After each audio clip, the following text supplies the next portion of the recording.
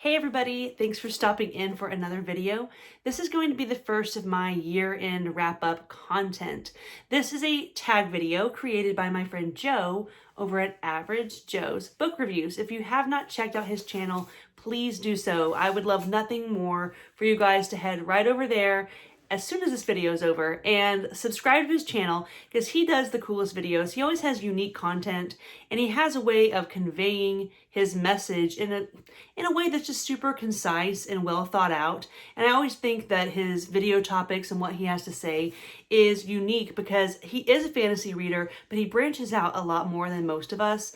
And he is the place to go to for really good Kindle content as well. So please check out his video because he is the original creator of this book tag. So what I liked about this, he called it the book tag year in review. And what I like so much about it is I thought the questions were insightful and not just your basic, what was the best book you read? What was the worst book you read? What was your favorite character? It was not just a list of favorites. I thought the questions were a little more thought-provoking than what we typically see for these year-end type list videos. So I'm going to run through these. Hopefully I can be concise, but that's not really my thing. That's more Joe's thing. So here's my rambly version of his great list. So the first question he asked is, tell me about your goals. Like, what were your goals for 2021? How they pan out? I'm not super goal-oriented, but I do a Goodreads goal every year. And I set myself a goal of 60 books. I don't know where that number came from. I probably just took however many books I thought would be reasonable to read in a month and, times it by 12. But I set a goal of 60. And as of now, and this is November 26th, that's a lie. This is December 26th. As of December 26th, I have read 89 books this year. And we have 5 more days to go in the year. So I imagine I'll probably polish off one more. And I do like that nice rounded off number of 90. 100 would be cool, but that's just crazy talk at this point. So I'm not going to push myself because I'm really enjoying what I'm reading now and I'm not sure what I would read next. But hitting 90 would be really cool. I don't know what number I'm going to set for 2022 because I always tell myself, I don't know if I'll be able to read as much next year as I did this year, but I might go ahead and up that goal a little bit because 60 was obviously a little shy of what was comfortable for me. So I read almost 90 books. That's kind of crazy considering just a few years ago, I was averaging maybe 10 books a year, and most of them weren't even fiction. So I'm happy about that. Favorite new author that you discovered in 2021? And this is someone that had been recommended to me before this year, but I finally picked up my first Michael J. Sullivan book in 2021. I think it was back in March that I read Theft of Swords. And hands down, Michael J. Sullivan has been my best find of 2021. I brought this book over just because I think it has such a cool cover. This is the final book or the last book written in the Legends of the First Empire series. So I haven't read this one yet because I'm only 2 books into that series. But I just wanted to show off this cool cover art. But Michael J. Sullivan has easily been my favorite find of the year. I am just devouring everything he writes, and I have been not let down once by one of his books. And when I'm not reading his books, I think about when will be the next time I can justify putting in another Michael J. Sullivan book because I just love him so much. So best new author I found this year, absolutely Michael J. Sullivan. I didn't even have to think about that one.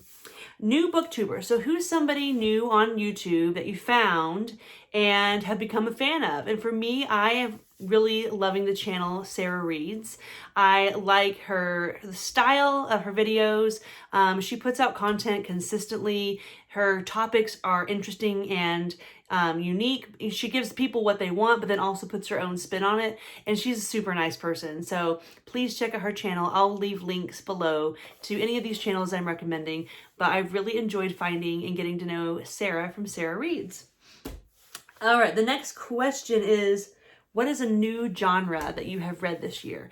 And I'm going to say thrillers.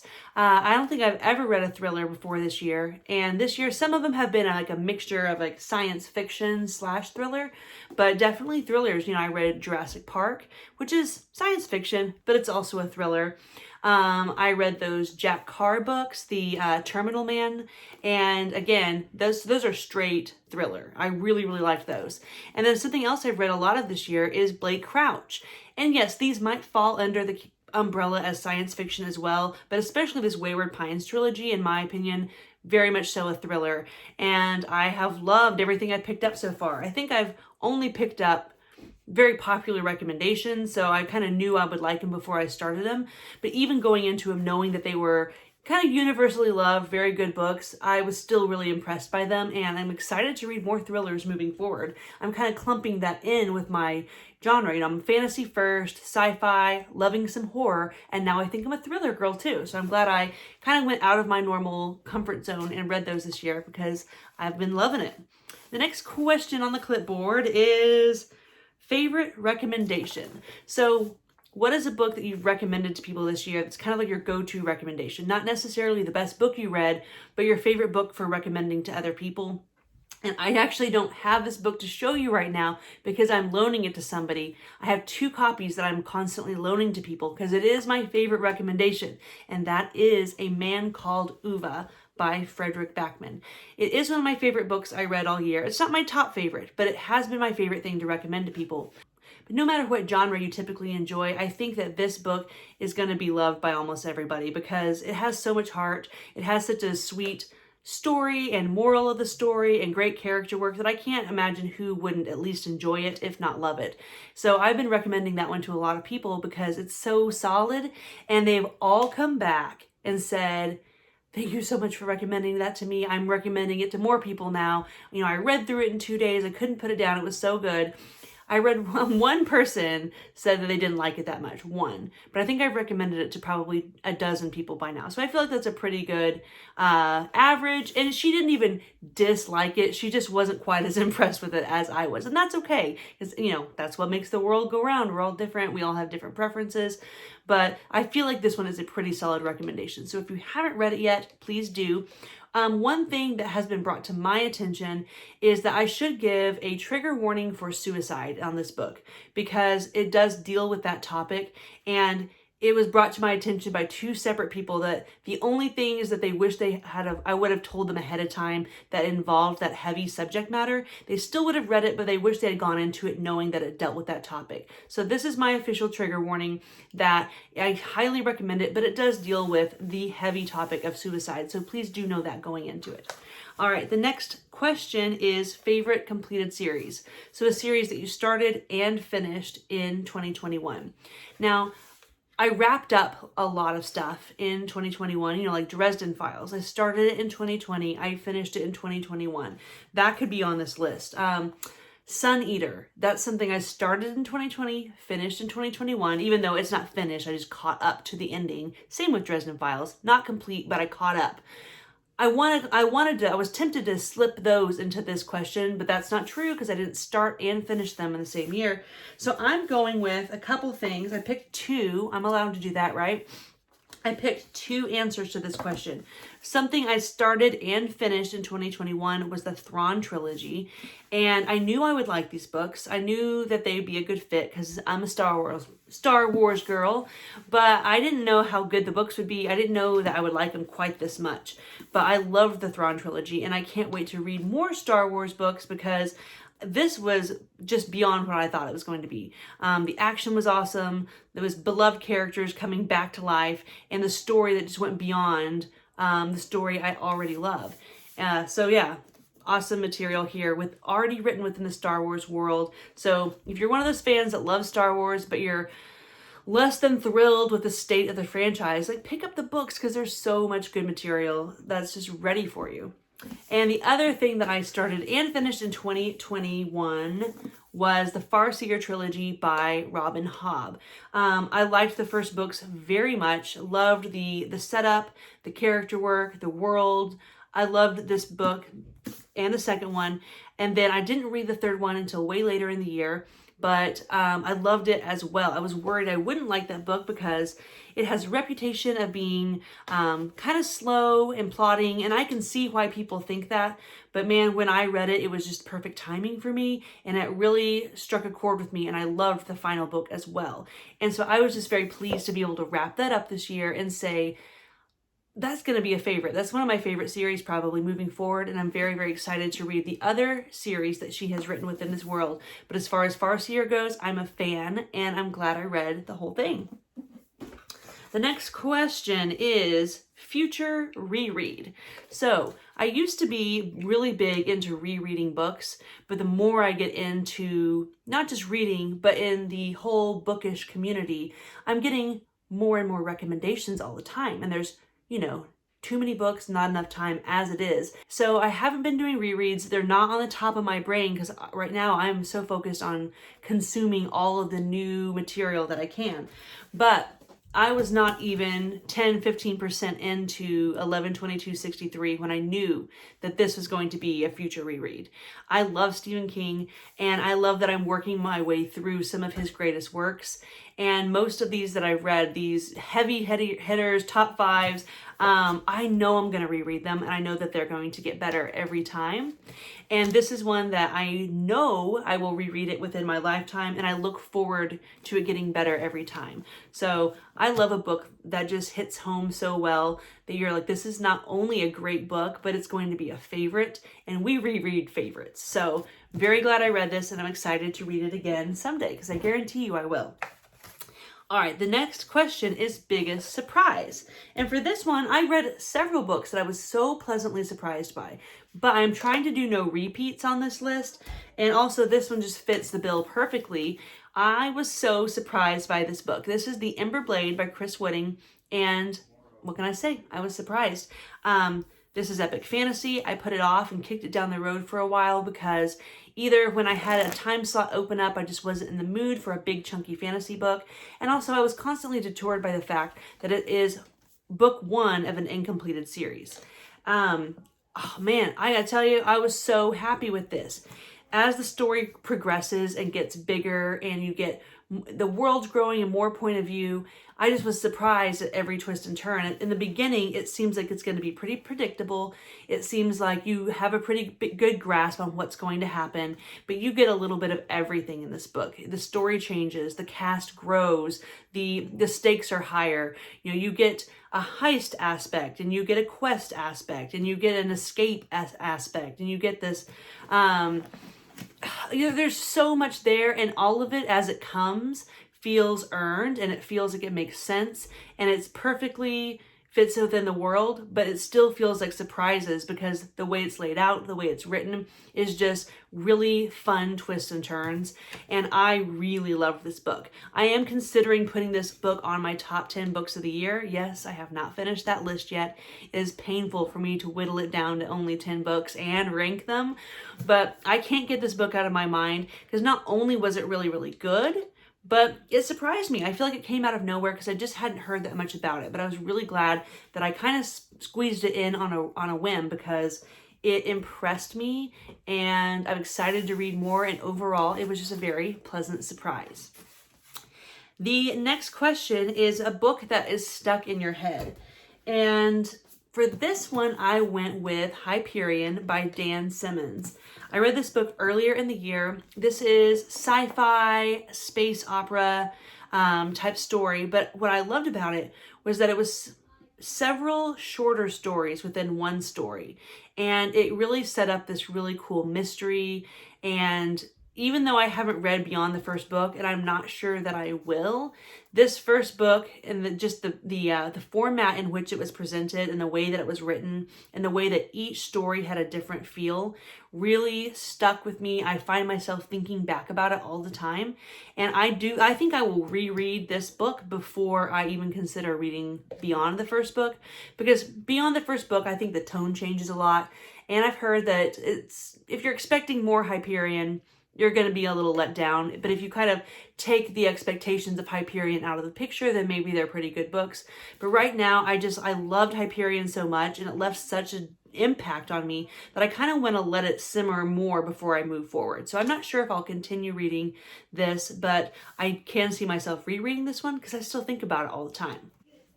Okay, so the next question is, what is a book you wish you had read? This one was so easy for me. I wish I had read this book.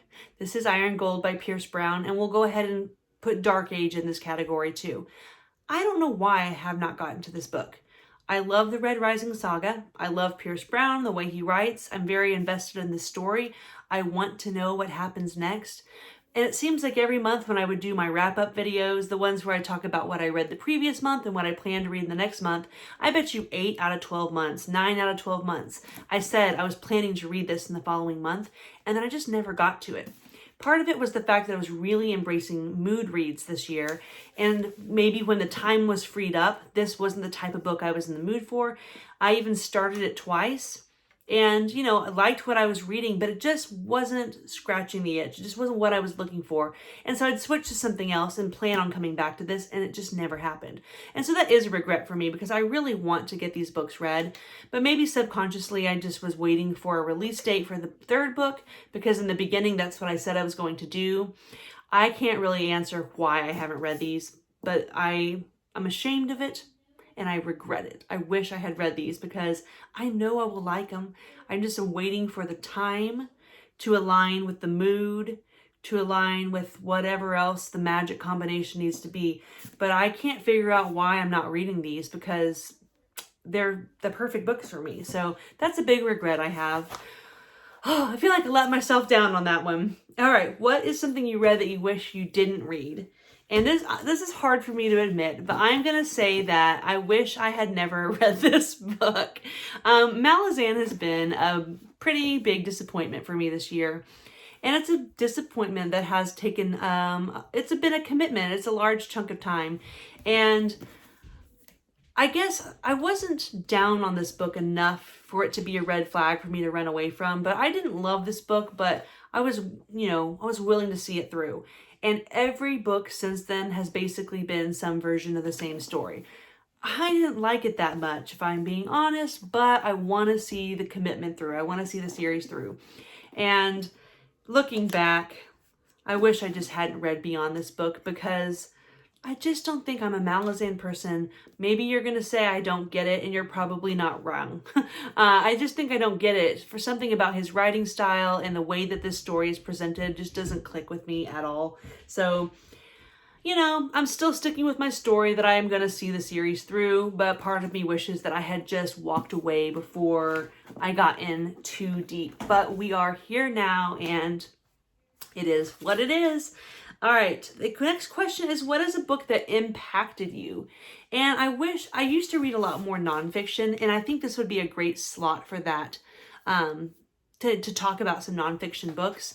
And I did read a little bit of nonfiction this year. I read the Matthew McConaughey book and the Dave Grohl book, and I enjoyed them very much, but they were still mostly there for entertainment. I didn't read much that was super impactful, but something I did read, and I'm breaking my rule about mentioning the same author twice here, but I read a book called, I wrote this down so I didn't get it wrong. It's called Every Morning the Way Home Gets Longer and Longer. That's a very long title. Every Morning the Way Home Gets Longer and Longer. And it's by Frederick Backman. And it's actually a novella. I think it's about 100 pages long. I read it in one setting. But it is looking at how to say goodbye to a loved one with Alzheimer's. And it's about a grandpa and a grandson and them staying connected over what they have in common. And it's somewhat of an anchor for the grandpa who realizes that he's losing the battle with Alzheimer's. And from the perspective of the grandson, sharing what that experience is like, watching someone you love go through something so terrible. And that was impactful for me because my grandpa is currently experiencing Alzheimer's, and it's really difficult for all of us. But that book gave me a lot of perspective, and it was very impactful. So if you know anyone who has Alzheimer's, or you have grandparents or great-grandparents who are getting older in age and you really want to know what to expect when dealing with something like Alzheimer's or dementia, I feel like this was a great insight. And like I said, it was 100 pages long, so pick it up. It was a beautiful book and was super impactful. All right, and the last question is lessons you've learned. I mentioned earlier that I was embracing mood reads this year, and that is my biggest takeaway. I like making plans for the sake of making plans. It's fun for me to look at my books and say, what do I think I'm going to read this month? I like making the list. I'm a clipboard person. I like to write them down physically. I like to talk about what I hope to read. But in the end, my biggest takeaway this year was read what you want to read. Reading is supposed to be for fun. It is not supposed to be for obligation. It's not for anybody else. It's not to, you're not getting any trophies. You're not getting any bestest, fastest, coolest reader awards. At least I don't think so. If so, I have some nominations to make. But anyway, that's not how it works. And just really embracing this concept of reading what you want to read, when you want to read it, unapologetically. A great example of this for me this year was Empire of the Vampire. This is a book that I assumed things about it that were untrue. I totally judged it by the cover. But because I allowed myself to shed my current plans and just jump in on a whim when a bunch of other people said, you know what, maybe we should give this a try. The ability to just say yes to a read because I was in the mood for it, read because, you know, some friends were doing it and it was fun to do it together. Being flexible and embracing the mood reads and saying yes to stuff simply because it sounds fun. That was my biggest takeaway this year.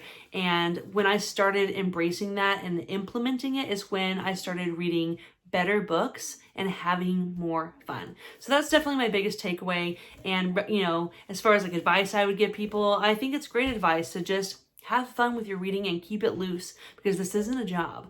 So thanks for watching the video. I hope that this list was as fun to listen to my answers as it was for me to think about them, because I thought Joe did a great job putting together some questions that were actually unique. So please check out his original video, and if anyone else wants to do this tag, please do it, because like I said, I want to hear what other people have to say as well, because this was a fun list. So thanks for watching and have a great day.